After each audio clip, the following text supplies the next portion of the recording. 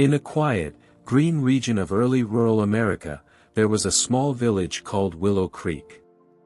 The village was surrounded by tall trees, oak, maple, cedar, and apple trees growing thick and wild.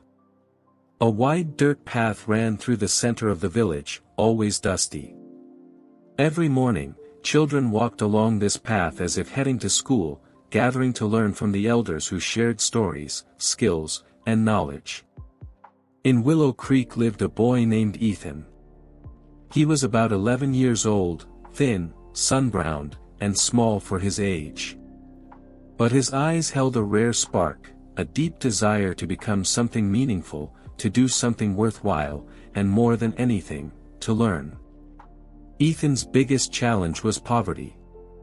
His father worked long hours as a farmhand until his body gave out, and his mother shaped clay into simple household items, carving modest designs by hand. The family barely had enough to get by.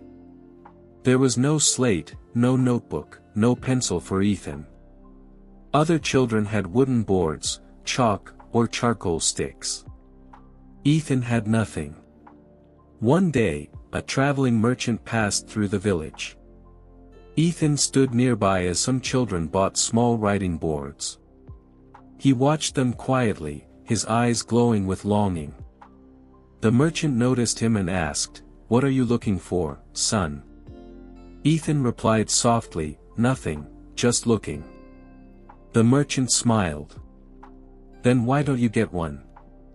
Ethan silently turned his pockets inside out. Empty.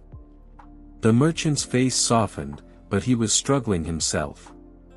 "I can't give it away," he said gently, and moved on.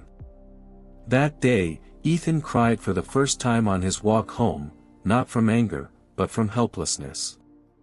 When he reached home, he sat silently in a corner. His mother noticed immediately. "What's wrong, my boy?" she asked. Ethan tried to brush it off, but a mother always knows. She held his hand and said, "You want something to write on, don't you?"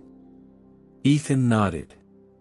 She pointed toward the backyard and said, "If you don't have it, you make it."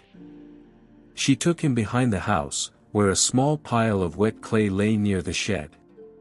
Scooping it up, she shaped it with her hands into a flat square slab. Ethan watched in awe. Within minutes, a simple clay writing board was ready. She placed it in the sun to dry and said, "When the will to learn is strong, the tools will follow." That single sentence changed Ethan's life. The next morning, Ethan woke up early. The clay board had hardened. He picked up a small wooden stick and wrote his first letter, A. He jumped with joy. That clay board felt like the greatest treasure in the world. But it wasn't perfect. The surface was uneven. Lines broke while writing. Sometimes the board cracked, sometimes the stick dug in too deep. A few children laughed at him.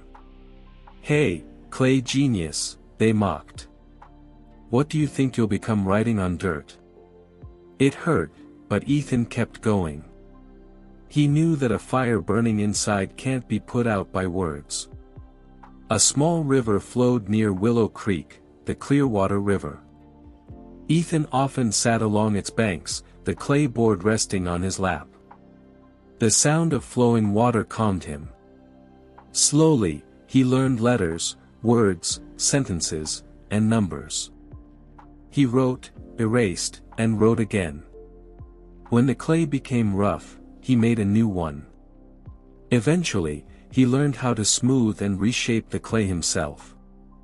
Every day he made a different board, thick, thin, big, small. It even became his quiet joy. Days passed. In the evenings, village elders taught children after returning from the fields. They often asked Ethan, "Don't you have a proper board?" He stayed quiet, but never stopped learning. An older farmer named Uncle Ben began noticing him. Uncle Ben wasn't highly educated, but he understood effort and discipline. One day, He saw Ethan solving math problems by drawing in the dirt with his finger. "Why do you write on the ground, son?" he asked. "Because that's all I have," Ethan replied. Uncle Ben sighed. "But you have more in your mind than most." Placing a hand on Ethan's head, he said, "When someone truly wants to learn, nothing can hold them back." That day, Ethan found new confidence. His knowledge grew steadily. He understood math, language, puzzles, farming methods, everything. People were surprised. How was a boy with no resources learning so much? Whenever a question came up in the village, people, even jokingly, asked Ethan. And he answered calmly. Slowly, respect replaced doubt. Then came a year of drought. Crops failed. Food grew scarce. Ethan's father said, "Son, you'll have to stop studying. We need your help in the fields."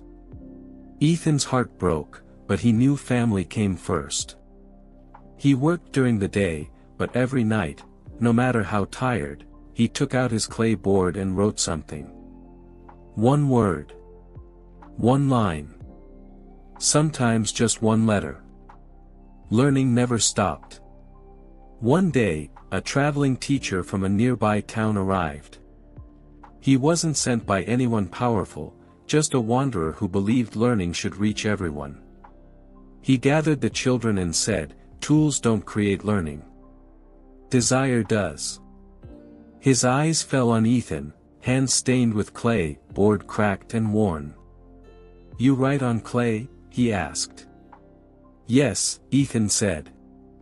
The teacher smiled. "Your real pencil is your mind." He gave Ethan 2 wooden boards and a small reed pen. The children stared in amazement. "This boy," the teacher said, "will one day spread the light of learning." Those words burned into Ethan's heart. He studied harder than ever. His fingers blistered, words wore away, but he never stopped. When people asked, "What will all this studying get you?" "You'll just work here anyway," Ethan smiled and said, "I want knowledge." Years passed. Ethan turned 18. He became the most knowledgeable young person in Willow Creek. People sought his advice on crops, soil, language, and numbers. And he made a decision: he would teach the children. One evening, he sat by the river where he once wrote on clay as a child. His eyes filled with tears as he remembered his struggle. "I learned without resources," he thought. "I won't let others struggle the same way." That night, he announced, "I will teach children to read and write, for free." The villagers were stunned, then overjoyed. Parents brought their children to him. Under a large tree beside his home, Ethan cleared a small space. There, he taught children how to make clay boards, how to write letters, and how to learn from nature. The group grew larger every day. His open-air school, under tree shade, with the scent of soil, became the pride of Willow Creek. His mother watched and smiled. His father said proudly, "Our son became the village's first teacher." Ethan replied, "I'm not a teacher. I'm a learner, just a little further down the path." Time moved on. His students grew up and transformed the village. Some improved farming methods. Some identified medicinal plants. Some modernized traditional crafts. One day, Ethan stood by the river again, holding the same broken clay board he had kept since childhood. Looking up at the sky, he said, "I've learned many things. But the greatest lesson is this: when the mind is strong, no lack can stop you. When the hunger to learn burns inside, the world makes way." The wind whispered through the trees. The river shimmered. The branches swayed as if agreeing. Ethan smiled. His dream had come true. He truly became Willow Creek's first teacher, and his story lived on, reminding generations that people rise not through wealth, but through the strength of their will.